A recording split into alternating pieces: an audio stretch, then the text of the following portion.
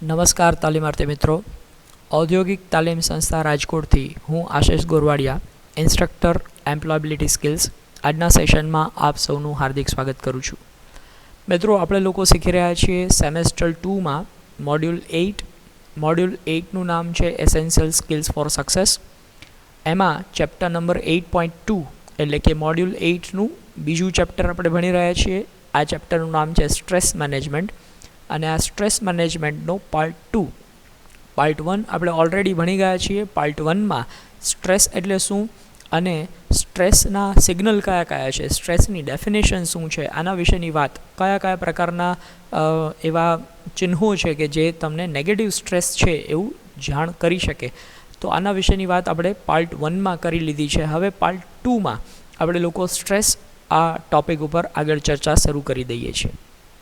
તો સૌથી પહેલાં સ્ટ્રેસ મેનેજમેન્ટ આ પાઠમાં આપણે શું શીખવાના છીએ, તો સ્ટ્રેસ એટલે શું એના વિશેની માહિતી મેળવવાના છીએ, સ્ટ્રેસના પ્રકારો કયા છે એના વિશેની માહિતી મેળવવાના છીએ, અને સ્ટ્રેસને નિયંત્રિત કરવાના પગલાઓ કયા કયા હોઈ શકે એના વિશેની માહિતી આપણે મેળવવાના છીએ.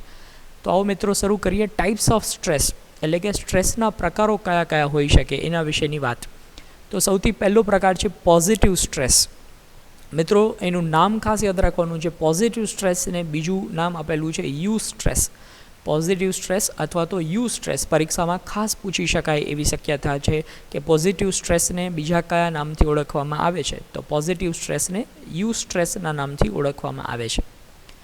તો જે સ્ટ્રેસના પરિણામે વ્યક્તિમાં જિજ્ઞાસા વૃત્તિ વધે અને તેના પરિણામે કાર્ય ઝડપથી થાય તેને હકારાત્મક સ્ટ્રેસ એટલે કે યુ સ્ટ્રેસ કહે છે.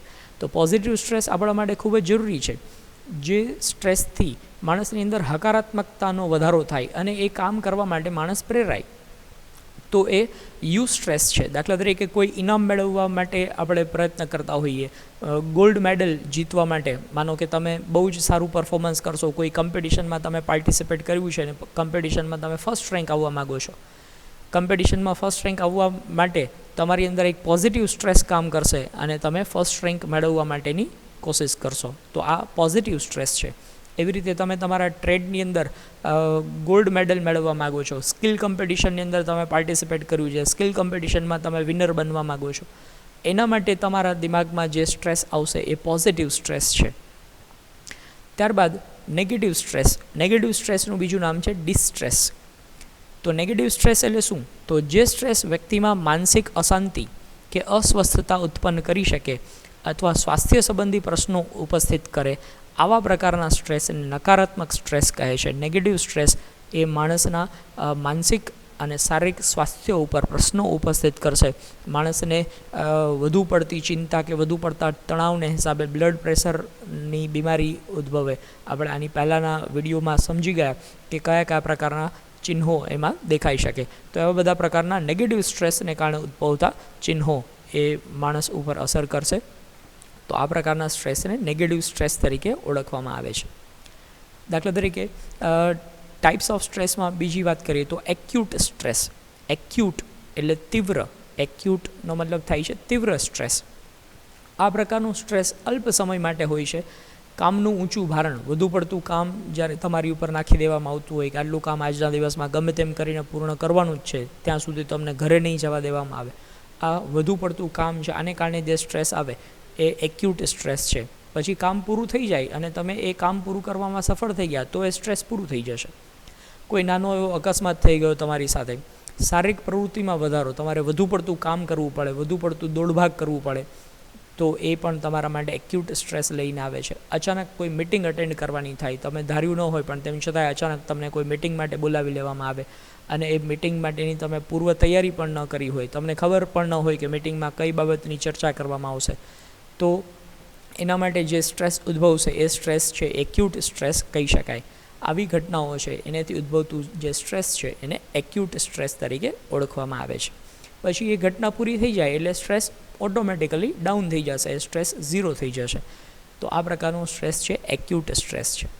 ત્યારબાદ છે ક્રોનિક સ્ટ્રેસ. ક્રોનિકનો મતલબ થાય છે લાંબા ગાળાનું. જ્યારે કોઈ પણ સ્ટ્રેસ છે એ ખૂબ જ લાંબા સમય સુધી તમને અસર કરતું રહે તો એ સ્ટ્રેસ છે એને ક્રોનિક સ્ટ્રેસ કહેવાય. આ પ્રકારનું સ્ટ્રેસ ક્યારેક મહિના, વર્ષ કે તેથી વધુ સમય માટેનું હોય છે. તે શારીરિક અને માનસિક બંને રીતે જીવનને મોટું નુકસાન પહોંચાડે છે. જો આ ક્રોનિક સ્ટ્રેસ છે એનો ઉપચાર ન કરવામાં આવે તો એ માણસને શારીરિક અને માનસિક બંને રીતે નુકસાન પહોંચાડતું હોય છે. ત્યારબાદ હાઇપર સ્ટ્રેસ.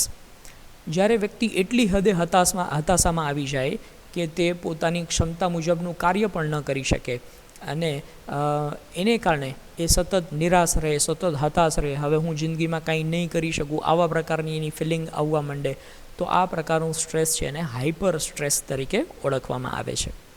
અને ત્યારબાદ છે હાઇપો સ્ટ્રેસ. હાઇપો સ્ટ્રેસ શું છે? તો હાઇપરમાંથી એક સ્ટેપ આગળ જઈએ તો હાઇપો સ્ટ્રેસ ક્રિએટ થાય.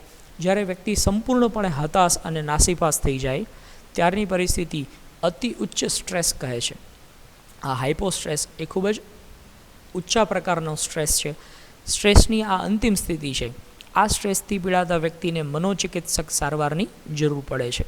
જો આ હાઇપો સ્ટ્રેસ સુધી કોઈ માણસ પહોંચી ગયો છે અને ઉપચાર ન કરાવ્યો હોય તો આ લેવલ સુધી પહોંચી જાય અને આ લેવલ સુધી પહોંચી ગયેલો વ્યક્તિ સતત નિરાશા, હતાશા, નાસીપાસ અનુભવવા માંડે કે હવે જીવનમાં મારાથી કંઈ થઈ શકે એમ નથી, હું કંઈ જ નહીં કરી શકું, આવા પ્રકારનો અનુભવ જ્યારે એને થવા માંડે તો એ હાઇપો સ્ટ્રેસ છે એમ કહી શકાય. તો આ પ્રકારના સ્ટ્રેસમાં જ્યારે કોઈ વ્યક્તિ આવી જાય તો મનોચિકિત્સક દ્વારા એની સારવાર કરવી ખૂબ જ જરૂરી હોય છે. સોર્સિસ ઓફ સ્ટ્રેસ મતલબ એવા કયા પ્રકારના સ્ત્રોત છે કે જ્યાંથી માણસને સ્ટ્રેસ ઉદ્ભવતું હોય, કઈ જગ્યાએથી સ્ટ્રેસ ઉદ્ભવે? તો એમાં પહેલું ઉદાહરણ છે પેસ ઓર વેરાયટી ઓફ વર્ક. પેસ એટલે ગતિ, ઝડપ, કામ કરવાની ઝડપ છે, અથવા તો કામમાં વિવિધતા. વેરાયટીનો મતલબ થાય વિવિધતા. અલગ અલગ પ્રકારનું કામ તમને સોંપવામાં આવતું હોય, એક જ ધારું એક જ પ્રકારનું કામ કરવાનું હોય તો આપણને સ્ટ્રેસ નહીં આવે. પણ આજે કંઈ એક કામ સોંપ્યું ને કાલે વળી પાછું બીજા કોઈ કામમાં મૂકી દે તો નવું કામ શીખવાનું આપણને સ્ટ્રેસ આવશે, અથવા કામની ઝડપ વધારવાનું આપણને કહેવામાં આવે તો એને કારણે સ્ટ્રેસ આવી શકે. વર્કલોડ, ઓવરલોડ વર્ક હોય અથવા તો અંડરલોડ હોય, ખૂબ વધારે પડતું કામ આવી જાય તોય આપણને સ્ટ્રેસ આવે. અને ક્યારેક એવું બને કે જીવનમાં આપણને કામ મળતું જ નથી, બરાબર, કામ શોધવાનો પ્રયત્ન કરીએ છીએ પણ કામ આવતું જ નથી, તો આને કારણે પણ આપણને સ્ટ્રેસ ઉદ્ભવતું હોય છે. Role conflict, conflicting job demands. Role conflict એટલે તમને શું કામ કરવાનું છે અથવા તમારો રોલ શું છે, તમારી આ કંપનીમાં શું ભૂમિકા છે, આના વિશે વારંવાર સંઘર્ષ ઉદ્ભવતા હોય તો એને રોલ કોન્ફ્લિક્ટ કહેવાય. આજે તમને કોઈ એક જવાબદારી સોંપવામાં આવી, કાલે પાછી એ જવાબદારી તમારી પાસેથી છીનવી લેવામાં આવે અને નવી કોઈ જવાબદારી આપવામાં આવે તો આને કારણે તમને સ્ટ્રેસ ઉદ્ભવશે. મલ્ટિપલ સુપરવાઇઝર્સ અને મેનેજર્સ, જ્યારે તમારી ઉપર સુપરવાઇઝર એક કરતાં વધારે સુપરવાઇઝર હોય અને બધા પાછા અલગ અલગ પ્રકારના આદેશો આપતા હોય, કોઈ એક સુપરવાઇઝર આ કામ કરવાનું કહે તો એ કામ તમે શરૂ કરો, ત્યાં બીજો સુપરવાઇઝર આવે એ એમ કહે કે ભાઈ એ મૂકી દે ને બીજું કામ કરવા માંડે, તો આને કારણે તમને સ્ટ્રેસ ઉદ્ભવશે કે ભાઈ ઓલા ભાઈએ કીધું એ કરવું કે આ નવા ભાઈ કહે છે એનું માનવું, તો તમે કન્ફ્યુઝ થશો ને એને કારણે તમારી અંદર સ્ટ્રેસ આવી શકે. ત્યારબાદ કરિયર ડેવલપમેન્ટ ઓપોર્ચ્યુનિટીઝ. આપણે જીવનમાં આપણી કારકિર્દી સુધારવા માટેના પ્રયત્ન કરતા હોઈએ પણ કારકિર્દીને યોગ્ય દિશા ન આપી શકતા હોય, આપણને યોગ્ય તક ન મળતી હોય, એને કારણે પણ સ્ટ્રેસ ઉદ્ભવતી હોય છે. Lack of clarity about responsibilities and expectations etcetera. Lack of clarity એટલે કે સ્પષ્ટતાનો અભાવ હોય. રિસ્પોન્સિબિલિટીઝ, તમારી જવાબદારી શું છે એ તમને સ્પષ્ટપણે કહેવામાં ન આવ્યું હોય અને પછી તમે એ પ્રકારનું કામ ન કરો તો તમને ધમકાવવામાં આવે, તો સ્પષ્ટતા ન હોય એને કારણે પણ સ્ટ્રેસ ઉદ્ભવતું હોય છે.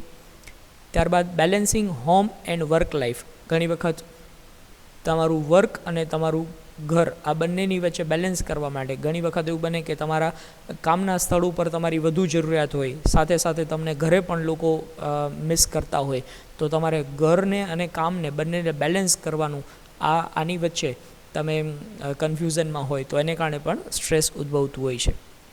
તો આ બધા અલગ અલગ સોર્સિસ ઓફ સ્ટ્રેસ છે. હવે steps to reduce the stress. આ સ્ટ્રેસને આપણે દૂર કરવું હોય, ઘટાડવું હોય તો કેવી રીતે ઘટાડી શકીએ? નેગેટિવ સ્ટ્રેસને ઘટાડવા માટેના પગલાઓ અહીંયા આપ્યા છે. સૌથી પહેલું છે કીપ અ પોઝિટિવ એટીટ્યૂડ. સૌથી પહેલું તો જીવનમાં હકારાત્મક દૃષ્ટિકોણ વિકસાવો. હકારાત્મક દૃષ્ટિકોણ હશે તો સ્ટ્રેસને ઘટાડવા માટેના સ્ટેપ્સ ઓટોમેટિક તમને મળી જશે. ત્યારબાદ accept that there are events that you can not control. એ વસ્તુને સ્વીકારી લો કે બધું જ આપણા અંકુશમાં હોતું નથી. દરેક વસ્તુઓને આપણે આપણી જાતે અંકુશમાં લઈ આવી શકતા નથી. અમુક બાહ્ય પરિબળો છે જે બાહ્ય પરિબળો હંમેશા કામ કરવાના જ છે અને એ બાહ્ય પરિબળોને કારણે આપણે એને કંટ્રોલ નથી કરી શકતા. તો જે વસ્તુ આપણા કંટ્રોલમાં નથી એને કંટ્રોલમાં લઈ આવવાની કોશિશ બિલકુલ ન કરો. Be assertive instead of aggressive. Aggressive એટલે વધુ પડતા ઉત્સાહી બનવાની જરૂર નથી. એસર્ટિવ એટલે કે હકારાત્મક બનો. હકારાત્મક બનશો, દરેક વસ્તુમાં જો પોઝિટિવ એટીટ્યૂડ રાખશો તો સ્ટ્રેસ છે એ ઘટી શકશે. ત્યારબાદ learn and practise relaxation techniques. Relaxation એટલે નિરાંતનો શ્વાસ લેતા શીખો. ઘણી વખત આપણે મેડિટેશન કરીએ, યોગ કરીએ, આ બધી જ છે વસ્તુ આપણને મેન્ટલ રિલેક્સેશન, માનસિક શાંતિ આપતી હોય છે. તો આ મેડિટેશન કે યોગની ટેકનિક તમે શીખો જેથી કરીને સ્ટ્રેસને ઘટાડી શકાય. ત્યારબાદ exercise regularly. Your body can fight stress better when it is fit. Exercise regularly, નિયમિત રીતે કસરત કરો. જો તમે બોડીથી ફિટ હશો તો નિયમિત રીતે કસરત કરશો, તમારું બોડી ફિટ હશે તો તમે સ્ટ્રેસથી વધારે સારી રીતે ટેકલ કરી શકશો. ત્યારબાદ ઈટ હેલ્ધી વેલ બેલેન્સ્ડ મીલ. તમારું ભોજન છે એ હેલ્ધી પૌષ્ટિક આહાર હોવું જોઈએ. વેલ બેલેન્સ્ડ એટલે કે સમતોલ આહાર હોવો જોઈએ. આડેધડ જે મળ્યું એ જમી લીધું એવું નહીં કરવાનું.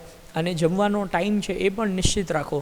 ક્યારેક તમે 12 વાગે જમી લેતા હોય ને ક્યારેક બપોરે 2 વાગ્યા સુધી પણ જમો નહીં. ક્યારેક એવું બને કે બપોરનું જમવાનું તમે મિસ કરી દીધું, છેટ રાત્રે તમે જમો.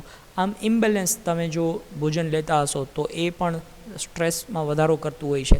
તો બેલેન્સ્ડ અને વેલ મેનેજ્ડ મીલ હોવું જોઈએ. તમારું ભોજન છે એ સમયસરનું હોવું જોઈએ ને પૌષ્ટિક હોવું જોઈએ, સમતોલ હોવું જોઈએ.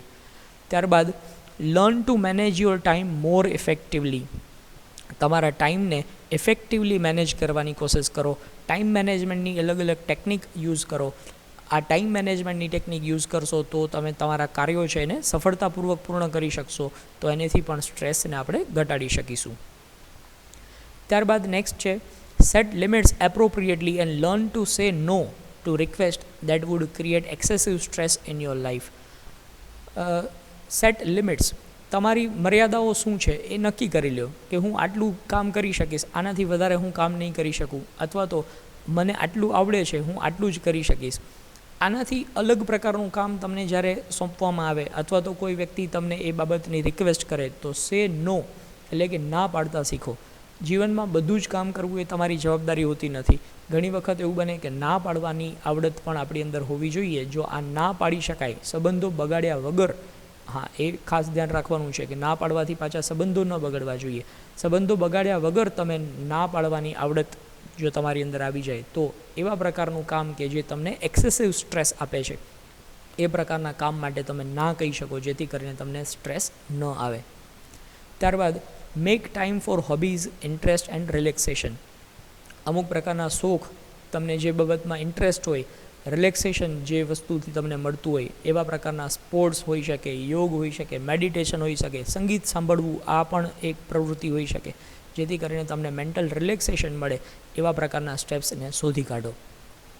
ત્યારબાદ get enough rest and sleep. પૂરતો આરામ લ્યો, પૂરતી ઊંઘ લ્યો તો એનેથી પણ સ્ટ્રેસને આપણે ઘટાડી શકીએ. Don't rely on alcohol, drugs or compulsive behaviour to reduce the stress. Alcohol એટલે કે દારૂનું સેવન કે બીજા કોઈ પણ પ્રકારના ડ્રગ્સ છે એને બિલકુલ ન ઉપયોગ કરવા જોઈએ. ઘણી વખત લોકો આ સ્ટ્રેસને હટાવવા માટે આ પ્રકારના વસ્તુઓનું સેવન શરૂ કરી દેતા હોય છે જે એના જીવનમાં બહુ મોટી તકલીફ ઊભી કરતા હોય છે. તો એવું બિલકુલ નહીં કરવાનું અને પોઝિટિવ વસ્તુથી સ્ટ્રેસને દૂર કરવાની કે ઘટાડવાની કોશિશ કરવાની. Seek out social support, spend enough time with those you enjoy. Social support, સમાજમાં જે લોકો તમારા મિત્રો હોઈ શકે, તમારા સગા સંબંધી હોઈ શકે, જેની સાથે તમને સમય વિતાવવો એ ખૂબ જ ગમતો હોય એવા પ્રકારના લોકોને મળો અને એ લોકોની સાથે એન્જોય કરો જેથી કરીને સ્ટ્રેસ ઘટી શકે.